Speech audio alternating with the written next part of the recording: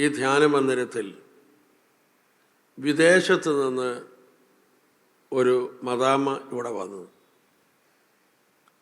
ഇവർ ഒരു വിജാതീയ സ്ത്രീയായിരുന്നു. അവർ പറയുന്നത് അവർക്ക് യേശു അവരോട് സംസാരിച്ചു, ബൈബിളിൽ മുഴുവനും അവൾക്ക് മനസ്സിലാക്കി കൊടുത്തു. അങ്ങനെ അവൾ മാമോദിസ സ്വീകരിച്ച് കത്തോലിക്ക സഭയിലെ അംഗമായി തീർന്നു. അവൾ പറയുന്നത് അവളെ വേറെ ആരുമല്ല പഠിപ്പിച്ചത്, ഈശോ തന്നെയാണ് പഠിപ്പിച്ചതെന്നാണ് പറയുന്നത്. Hallelujah, hallelujah. അവളുടെ വിശ്വാസവുമായി ബന്ധപ്പെട്ട് എന്തെങ്കിലും സംശയം ഉണ്ടായാൽ അവൾ ഈശോയോട് തന്നെ ചോദിക്കും. ഈശോ അവൾക്ക് മറുപടി കൊടുക്കും. അങ്ങനെ മറുപടി കൊടുക്കുമ്പോഴൊക്കെ അവൾ ഒരു കടലാസ് എടുത്തിട്ട് അത് എഴുതും. അങ്ങനെ എഴുതിയതൊക്കെ പിന്നീട് അവൾ പുസ്തകമാക്കിയിട്ടുമുണ്ടായി. അങ്ങനെ നിരവധി പുസ്തകങ്ങൾ ആ സ്ത്രീ പ്രസിദ്ധീകരിച്ചിട്ടുണ്ട്. അപ്പോൾ ഈ സ്ത്രീ ഒരിക്കൽ ഇന്ത്യയിൽ വന്നപ്പോൾ കേരളത്തിൽ വന്നു. കേരളത്തിൽ വന്നപ്പോൾ അവർ ഈ ഡിവൈൻ ധ്യാന കേന്ദ്രത്തിലും വന്നു. അങ്ങനെ ഇവിടെ വന്നപ്പോൾ അന്ന് 10,000-15,000 ആളുകൾ ധ്യാനിക്കുന്ന ഘട്ടമാണ്. ഞാൻ ഈ സഹോദരിയോട് ഈ ആളുകൾക്ക് വേണ്ടി ഒരു സന്ദേശം നൽകാനായിട്ട് ആവശ്യപ്പെട്ടു. അങ്ങനെ അവർ ഇതേ സ്റ്റേജിൽ നിന്നുകൊണ്ട് 1 മണിക്കൂർ നേരം പ്രസംഗിച്ചു. ഒന്ന് കൈ ഉയർത്തി കൈയടിച്ച്.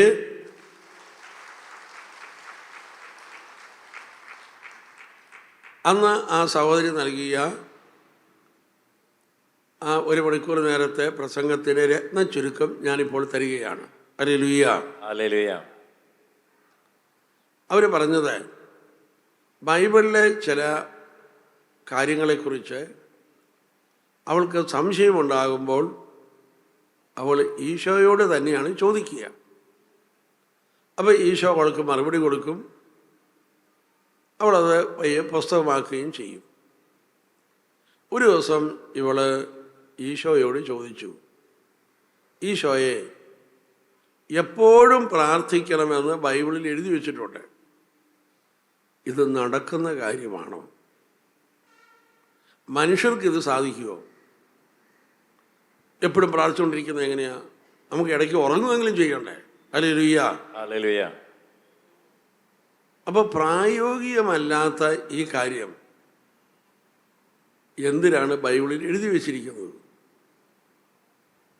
എന്നെപ്പോലെ കുടുംബജീവിതം നയിക്കുന്ന വ്യക്തികൾക്ക് ഇത് സാധ്യമാണോ? ഇതാണ് അവൾ യേശുവിനോട് ചോദിച്ചത്. അപ്പോൾ ഈശോ പറഞ്ഞു, എപ്പോഴും പ്രാർത്ഥിക്കണം എന്നതുകൊണ്ട് ഞാൻ ഉദ്ദേശിക്കുന്നത് നീ എന്ത് കാര്യം ചെയ്താലും നീ എന്നെയും കൂടി കൂട്ടിച്ചേർത്ത് ചെയ്യുക. നീ തനിച്ചൊരു കാര്യവും ചെയ്യരുത്. എന്ത് ചെയ്താലും നമ്മൾ രണ്ടുപേരും കൂടെ ഒരുമിച്ച് വേണം ചെയ്യാൻ. എന്നെ ചേർക്കാൻ പറ്റാത്ത ഒരു കാര്യവും നീ ചെയ്യാനും പാടില്ല.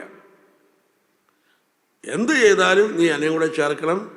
എന്നെ ഉൾപ്പെടുത്താൻ പറ്റാത്തതാണോ നീ ചെയ്യാനും പാടില്ല. അപ്പോൾ ഇവളിതിങ്ങനെ എഴുതിക്കൊണ്ടിരിക്കുകയാണ്. എഴുതിക്കൊണ്ടിരിക്കുന്ന സമയത്ത് ഇവൾ എഴുതാൻ ഇരിക്കുന്നതിന് തൊട്ട് മുമ്പ് ഇവൾ അടുക്കളയിൽ ഒരു കലത്തിൽ കുറച്ച് പാല് തിളപ്പിക്കാൻ വേണ്ടി വെച്ചിരുന്നു. ഇത് ഇറക്കി വയ്ക്കാൻ വാസ്തവത്തിൽ ഇവൾ മറന്നുപോയി. ഇവളിങ്ങനെ എഴുതിക്കൊണ്ടിരിക്കുന്ന സമയത്ത് ഈ പാലങ്ങോട്ട് തിളച്ച് പുറത്തേക്ക് ഒഴുകി അതിൻ്റെ കരിഞ്ഞ മണവും ശബ്ദവും എല്ലാം അവിടെ വന്നു. അപ്പോഴാണ് ഇവളെ ഓർത്തത്, അയ്യോ, പാലും കല ഇറക്കി വെച്ചില്ലല്ലോ എന്ന്.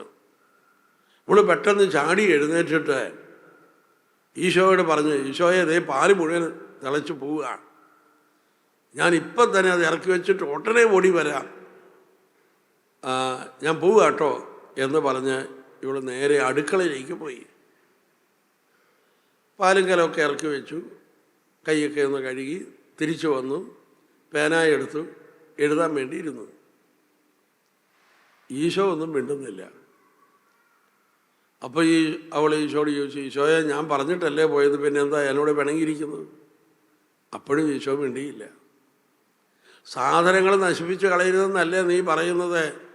ആ പാല് തിളച്ചു പോയത് കൊണ്ടല്ലേ ഞാൻ ഓടിപ്പോയത്, പിന്നെ എന്താ എന്നോട് മിണ്ടാത്തത്? അപ്പോഴും ഈശോ മിണ്ടുന്നില്ല.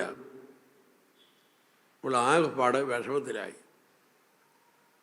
അല്പം കഴിഞ്ഞപ്പോൾ ഈശോ അവളോട് പറഞ്ഞു, നീ ആ എഴുതിയതൊന്ന് വായിക്കാൻ പറഞ്ഞു. ഉടനെ ഇവിടെ വായിച്ചു, നീ എന്ത് ചെയ്താലും എന്നെയും കൂടെ കൂട്ടി വേണം ചർച്ച ചെയ്യാൻ, നീ തരിച്ചൊന്നും ചെയ്യരുത്. അപ്പം ഈശോ ചോദിച്ചു, നീ ആ പാലുങ്കല ഇറക്കി വയ്ക്കാൻ നേരത്ത് എന്താ നീ പറഞ്ഞത്? ഞാൻ പോയി ഇറക്കി വെച്ചിട്ട് വരേണ്ടത്. നീ എന്നോട് പറഞ്ഞോ ഈശോയെ നമുക്ക് പോയി ഒരുമിച്ച് ഇറക്കി വയ്ക്കാമെന്ന് പറഞ്ഞോ? Hallelujah, hallelujah, hallelujah, hallelujah.